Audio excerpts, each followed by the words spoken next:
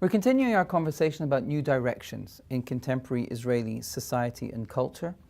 And essentially what we're interested in is to try and expose the places where the unnegation of the diaspora, in other words, the rethinking of Israel's collective identity, and the de-Westernization of the state, again, considering the nature and the culture of the political entity of the State of Israel, outside of exclusively Western categories, how does that combination meet the question of peace? In other words, how can we look at Israel today and at the conversation about Israel today as a way of enriching our educational effort to think outside of the box and to try and understand what the correction of the fundamental flaws that we've been discussing throughout this course would look like in practice. I brought quite a lot of materials for this session, and I want to give you a chance to follow them. We're looking first of all here, this is actually a Palestinian voice, but it's a very unusual Palestinian voice, but an interesting one. In the context of the conflict, and in the context of the attempt to think outside of the box about how to resolve the conflict. Sari Nusseibeh, one of the foremost and one of the most prominent Palestinian intellectuals alive today, wrote a book in 2011 in which he asked the question, what's a Palestinian state worth? In other words, do we need a state? And it of course invites the question for Jews as well. Do we need to think about the state of Israel in Western terms? Let's see what he says. Palestinians, just as much as Israelis, he's commenting on Israelis, need to think deeply about what states are for. The utilitarian functions as means to enhance human well-being rather than to fulfill jingoist or religious imperatives needs to be brought to the forefront of their political consciousness. At the end of the day, states must exist to serve the people, not to rule over them. If the international community remains unwilling to challenge Israel's continued rule over Palestinians and possession of the lands that once designated a future Palestinian state, surely the least it can do is to insist that Israel provide those Palestinians with full civil and human rights throughout its territories. To Palestinians, for whom a state of their own has an intrinsic value, the idea of accepting certain rights without full citizenship will be repugnant. Likewise, to Jewish Israelis for whom the state has an intrinsic value, as well as those for whom it has an extrinsic value as a necessary means to an end, such as a place of safety for the Jewish people, and for those who believe the Jewish state is part of a divine plan. What is Nusseibeh suggesting? Nusseibeh is suggesting that Israelis and Palestinians can't live together with each other in peace because they both think they need to have Western states.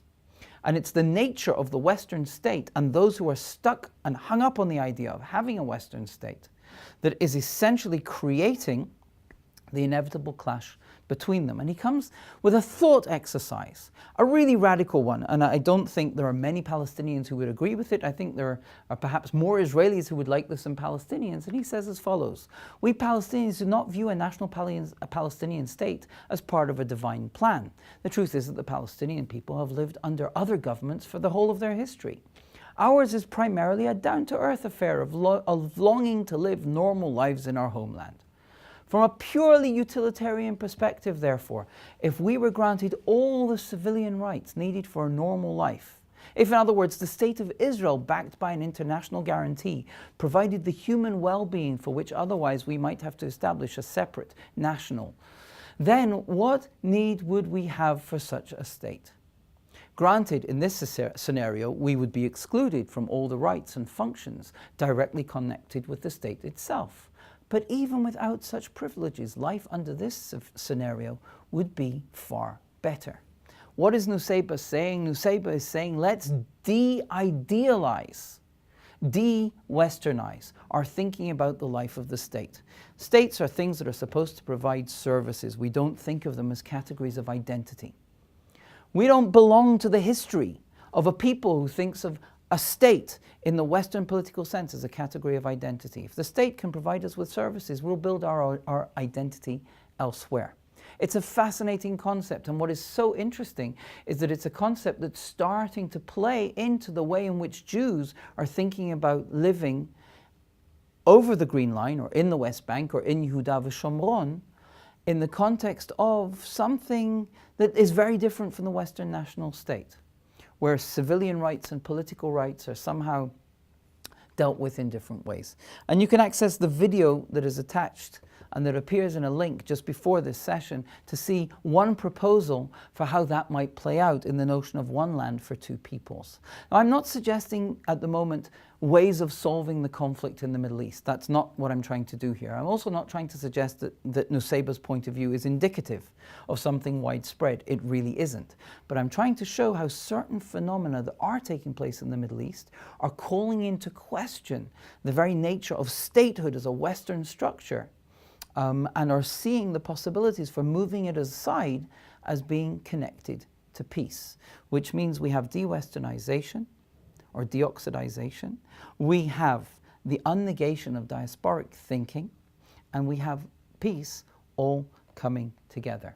Let's look at another example of it, this time inside Israel, perhaps a little bit more mainstream, but this time it's fundamentally connected to the proposal of the current President of the State of Israel, President Reuven Rivlin. In 2015, the Taub Center for Social Policy Studies in Israel produced its annual report. And in their annual report, they included the following statistic about the education system in Israel. Since 2010, the growth in the number of Arab Israeli pupils has completely stopped. And the rate of growth in Haredi, ultra-Orthodox pupils, has slowed down substantially. In 2013, another change was also apparent. The percent of pupils in Haredi education declined somewhat, from 25% to 23% in 1 year, and the relative size of state Jewish education rose from 37.7% to 40%. I don't know how good you guys are at statistics. I'm not particularly good at statistics at all. But the overall conclusion that seems to be drawn from this statistical analysis is when you break it down, Israeli society has turned into a society which has an education system that's divided more or less into 4 equal parts. There have been shifts, and it's not exactly, and it's not 25, 25, 25, but there seem to be 4 equal parts. A secular, a religious Zionist, an ultra-Orthodox, and an Arab. The reality is that there is no longer the mainstream, the central voice of the state, the hegemonic voice of the state. There are now 4 separate groups living together inside Israeli society that have to learn how to negotiate the differences between them and the relationships between them in a way that cannot be resolved by power, not by political power. And God forbid they would turn to violence because they can't resolve their differences politically, because they're always going to be in some kind of a deadlock. Now, why is this idea important? It doesn't describe the sociology of Israel today. It describes the sociology of the educational system. And the question is, if this is what Israel is going to look like in 10 years' time, and identifying this question as a crucial issue for the identity of the State of Israel has been the project of the President of the State of Israel. And in 2015, he addressed the Herzliya Conference and said as follows: "Ladies and gentlemen, Israeli society is undergoing a far-reaching transformation. This is not a trivial change. It's a transformation that will restructure our very identity as Israelis.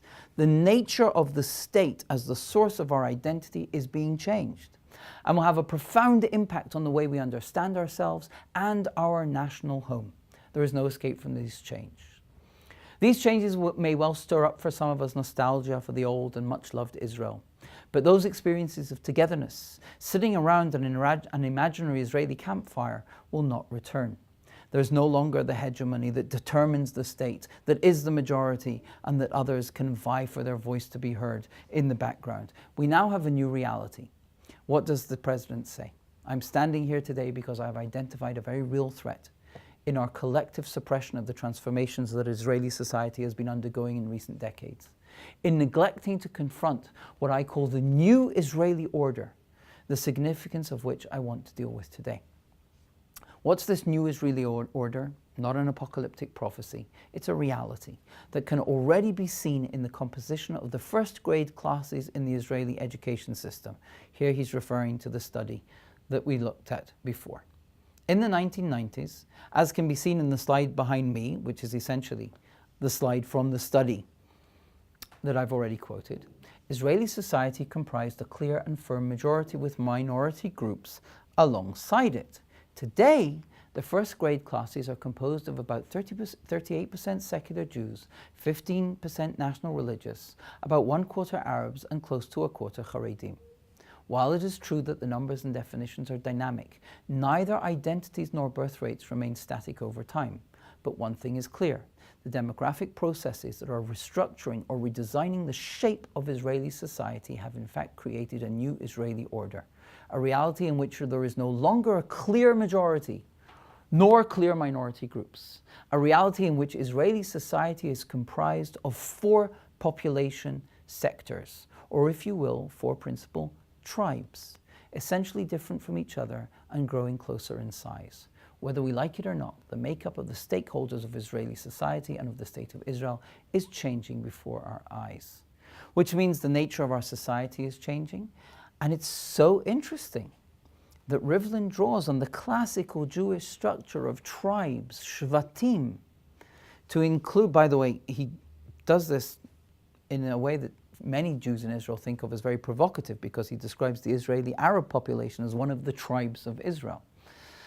But he's doing so within the context of a conversation which is reframing the nature of the State of Israel, and perhaps in ways that he's not aware of, I've no idea, but it's reframing the very concept of what the state is. The state no longer defines the identity of the people living in it. The question becomes how the different groups and the different identities communicate with each other successfully and peacefully, rather than who gets to determine as a majority what path the community as a whole or the nation as a whole must take. Now, by making this a huge part of his agenda as President of the State of Israel, Rivlin is perhaps calling our attention to the fact that the Zionist story is changing. And if the purpose of our course is to try and address how those changes impact the way we teach about Israel, looking at Israel through this perspective of the different tribes and the abilities that the members of those tribes must acquire in order to communicate with each other successfully, looking at that as a case study for what Zionism has become, I suggest is a very, very rich and helpful resource for Israel education today. Whenever I describe this distribution, I'm always asked, and what about the distribution between Ashkenazi and Sephardi Jews, between left and right, periphery and center, rich and poor? Are these not dividing lines that segment and tear apart Israeli society? And the answer is, of course they are. Those dividing lines unfortunately exist within each of the population sectors and throughout all of them together, and they must be addressed and dealt with. However, in contrast to those divisions, it's the distribution into 4 principal tribes that make up Israeli society that reveals its basic structure, a structure that we will never have the ability or the power to blur or erase, a structure that for many of us is perceived as a threat to the secular, liberal character of the State of Israel on the one hand, and to the Zionist enterprise on the other. What it means is that the political process can no longer be centralized.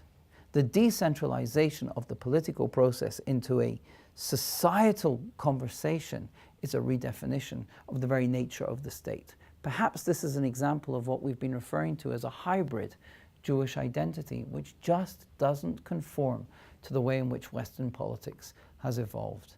And who knows if the changes that are taking place in the Western world today who knows where the changes, the sociological changes, the immigration, the refugees, and all the rest of it, who knows where that's going to pull the Western state in the future, even there. This serious division of Israeli society finds expression primarily in the distribution between the different and separate education systems. While in the main, Sephardi and Ashkenazi Jews from right and left do go to school together, in general, children born in the State of Israel are sent to one of 4 separate education systems, to a system whose purpose is to educate the child and form their worldview into a different ethos or culture, religious belief, or even national identity. This is a final opportunity for us, as educators, people who think about education, to see ourselves on the forefront of trying to understand where Zionism is going and where the State of Israel is going. Because if this study is right, and if Rivlin is right, then it's a classical and rich example of how the decisions that we make as educators determine our collective identity even more than the political systems in which we live.